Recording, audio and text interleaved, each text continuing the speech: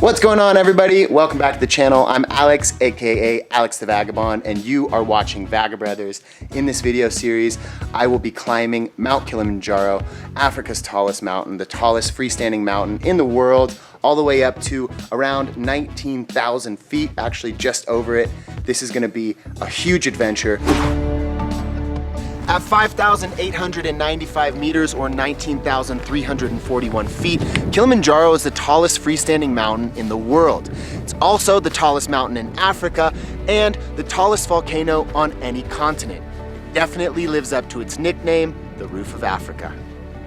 Located in Tanzania, just a few degrees south of the equator near the border with Kenya, Mount Kilimanjaro is at the tail end of the 4,000-mile-long Great Rift Valley, a massive geological fault that's slowly ripping apart East Africa and can be seen in the gorges, bluffs, lakes, and volcanoes of the region. Since Kilimanjaro was first climbed in 1889 by a German named Hans Meyer, it's become one of the most popular high-altitude treks in the world. But only around 65% of trekkers make it to the summit at Uhuru Peak. So here's a couple of tips. First off, take it slowly, pole pole, as they say in Swahili. The longer you take, the higher your percentages of making it to the summit, because Mukungu akipenda tutafika. If God wants it, we shall arrive. There are two main trekking seasons that coincide with Kilimanjaro's two dry seasons, January to March and June to October. Although you can climb Kilimanjaro year-round, climbing in the rainy season is exactly how it sounds. Rainy, therefore wet, cold, and unpleasant. We're climbing in July, and the weather is fantastic. But for me, the most impressive part of the climb are the four distinct ecological zones. The rainforest from 7,000 to 9,000 feet, the moorland zone at 10,000 feet, the heather zone at 13,000 feet, and the alpine desert at 15,000 feet, where plants experience summer temperatures during the day and winter temperatures at night. Above that is a land of rock and ice, the summit, and above that, sky. As much of an accomplishment as climbing Mount Kilimanjaro is, let's be honest, it wouldn't be possible without the superhuman effort shown every single day by the porters, chefs, and guides who do everything in their power to get you to the summit and make it as comfortable as possible. So don't skimp. When it comes to tipping, bring an extra $300 to $400 US for your porters, chefs, and guides. Because let's be honest, without them, there's no way you'd make it to the top. Woohoo! Jambo! Thank you guys. Jambo.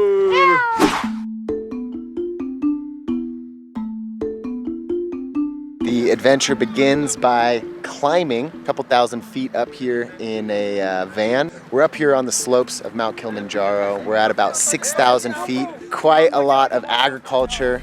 They're growing carrots, they're replanting pine forests, and the soil here on the slopes of the volcano is actually really good. So across the valley you can see Kilimanjaro's little brother, Mount Meru, and yeah, it's beginning, so really excited to get underway, start walking.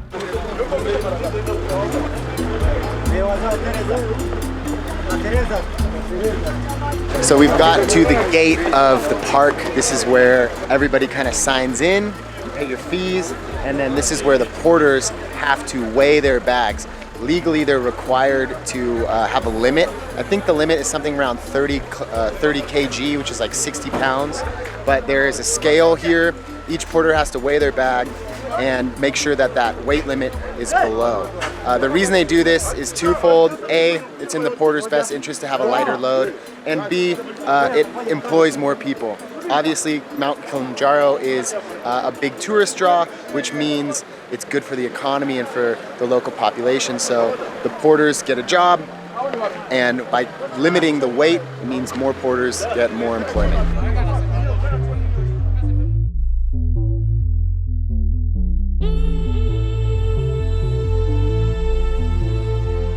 Okay, check-in is done. It's time. We're back in the van. We're driving down, which is counterintuitive, but then we will begin the trek in the rainforest zone, and hopefully this will end with us at the top of the mountain. So let's begin.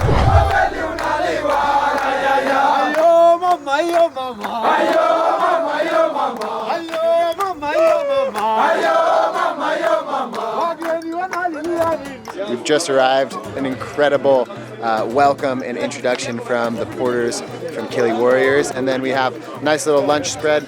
We're gonna get some food into us. One of the best ways to combat altitude sickness is to stay hydrated and continue to fuel your body by eating. So I'm gonna go stuff my face real quick, drink a bunch of water, and then we're gonna begin. The trailhead is right there and it goes up.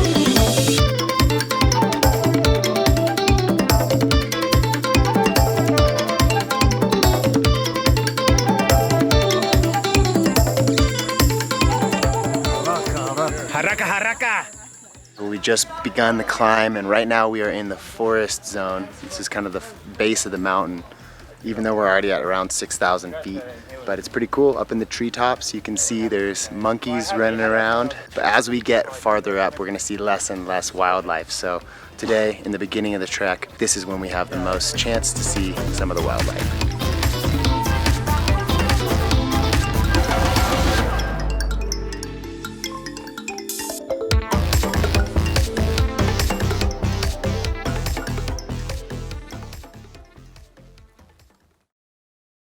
So we've been walking now for like maybe 2.5 or 3 hours. We're at around 9,000 feet, which is difficult to believe because we're in this lush jungle. But what I found the coolest so far are these little glades. Like the mountain kind of falls down and then there's just a little valley. And at the bottom of the valley, it's just full of green, lush foliage and all of these bird sounds that I've never heard before. Special place. I'm so glad to be out here experiencing Mount Kilimanjaro.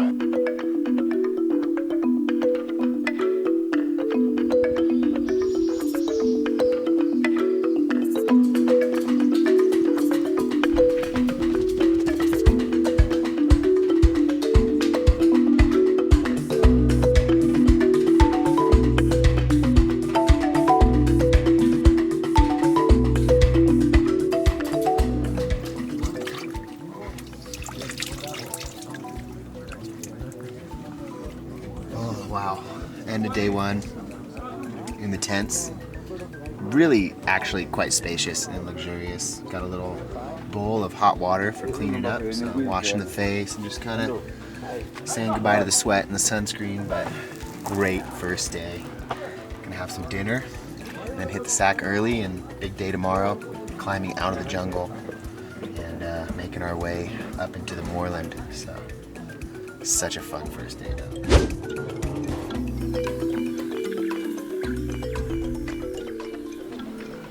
Good morning, everyone. It's day 2.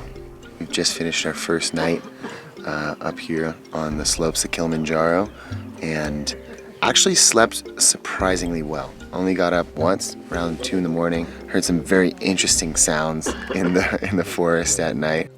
We're packing up our stuff. We're stuffing away the sleeping bags. We're gonna pack up our day packs again. We'll have some breakfast, and then we're gonna get on the trail. We have about 6 or 7 hours of trekking today. We're gonna gain around 1,000 meters, almost 3,000 feet, and we'll be leaving the jungle zone and entering the heather zone. So, let's go.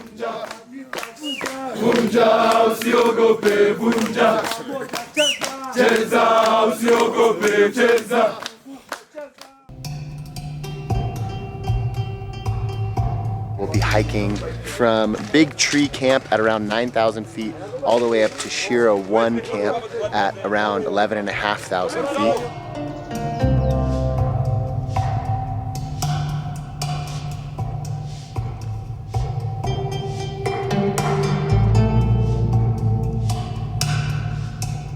Okay, well, the first milestone has been reached. We're right on the edge of the heather zone, and we have to say goodbye to the rainforest, which honestly I'm a little sad about. It's been beautiful walking through these gorgeous trees, and as we've kind of come up to the edge of the heather zone, we've entered into almost like a cypress forest, and we're surrounded by this lichen, which really just reminds me of like back home in California.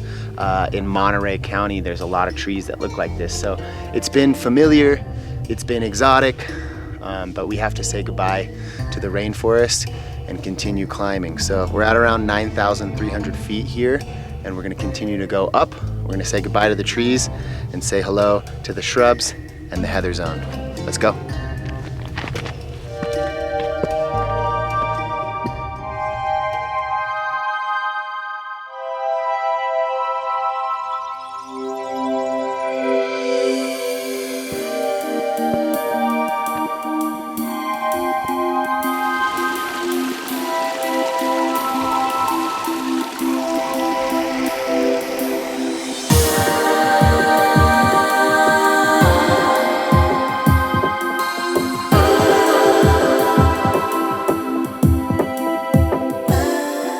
After a long, steep hike, we've made it to the Shira Plateau, and we've waited a little bit, but the clouds have parted and Kilimanjaro has revealed itself to us. And it's a really special feeling. I'm super excited. I'm really glad to be here, and hopefully in a few days we'll be at the top next to the glaciers and touch that sign on Uhuru Peak. Climb Mount Kilimanjaro.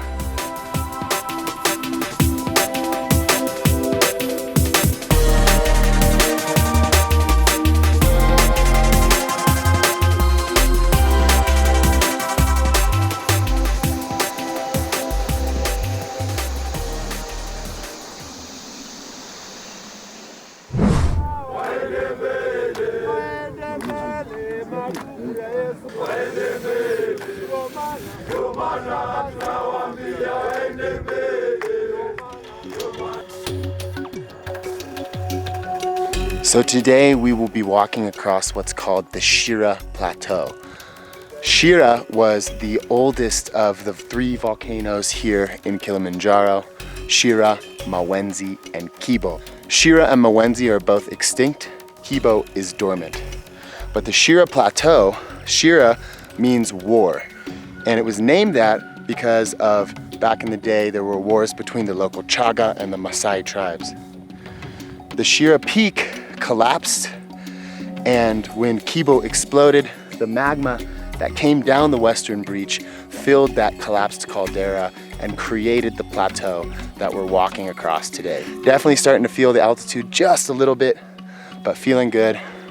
We got a lot of kilometers in front of us, so time to stop talking and start walking.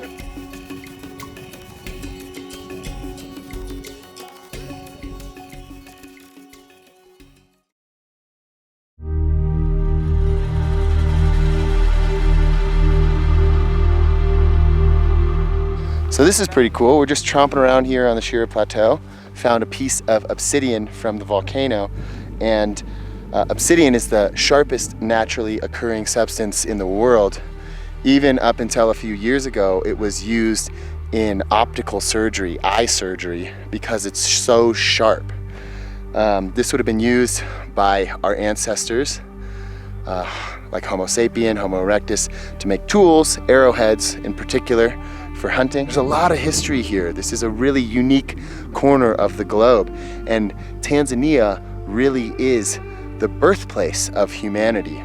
And it's very interesting to think that our ancestors would have been able to witness this volcano when it was active. And now here we are, hundreds of thousands of years later, finding tools and climbing this volcano. Very cool.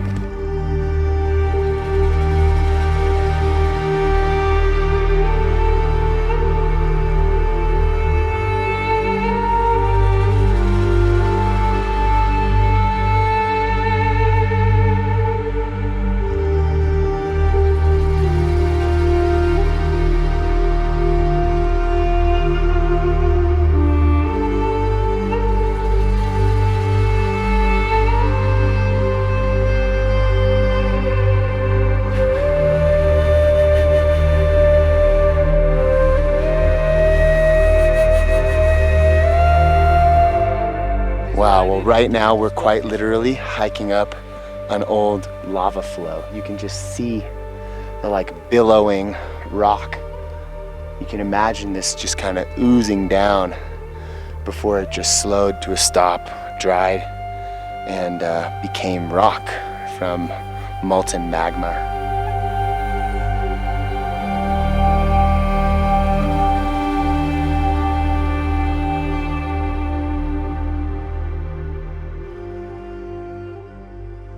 So one of the most exceptional parts of this trek is that the food is just next level.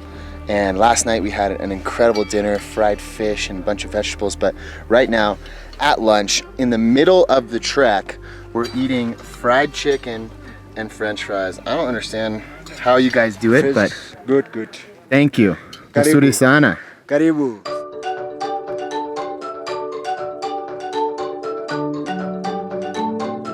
It's about time I introduce everyone to our head guide, Wilbert. We are in great hands, an amazing human being, and one of superhuman strength, I will say. How many years have you been doing this, and how many times have you been to the summit? I've been in this mountain for more than 18 years old, and I've been probably to the top more than 350 times. And I just started like in the very beginning as the porter. Yeah. And then we went over like a camp manager. And then I became an assistant guide. And then now I'm the head guide of this group. In the 20 years that you've been doing this, what changes have you seen the mountain have? Actually, I can even say the biggest changes, the first changes are like, the first time we are sleeping in caves and there's no propane.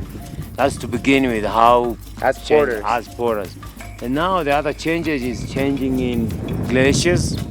Like dark blue glacier was like one big one, and now you can see it's like split into two. So there's like big changes in terms of operations and in terms of the mountain itself.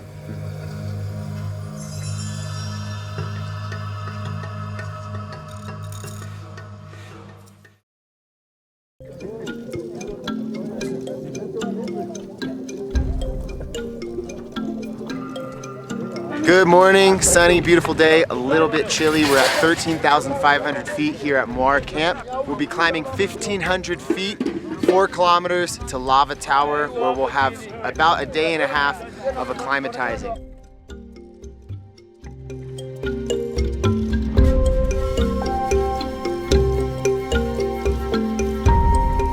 And I think one of the coolest parts about this trek is that every single day we're in an entirely new ecological zone. And eventually we'll leave the land of rock and enter the world of ice at Uhuru Peak. So that for me has been the coolest part of this trek, is just being able to walk through so many diverse ecological zones in one epic trek.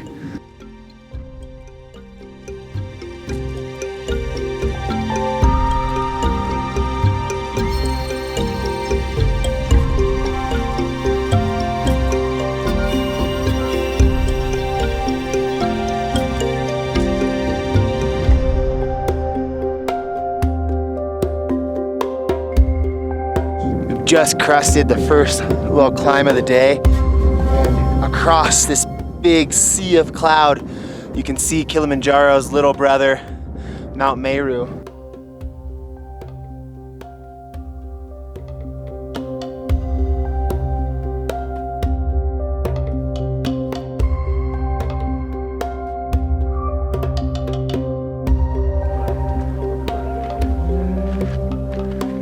And we have just arrived to Lava Tower Camp, 4,600 meters.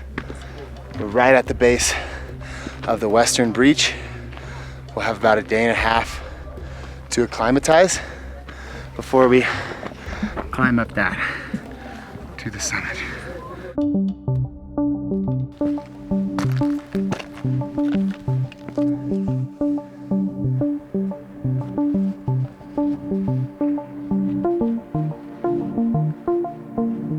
We've scrambled to the top of the Lava Tower, 180 feet above our campsite. And it's kind of strange actually, getting this perspective, looking down on our little tent village. Yeah, this is a place of contemplation. It's really quiet. The scenery is extremely beautiful. And now that we're above it all, maybe just sit up here and do a little meditation, who knows?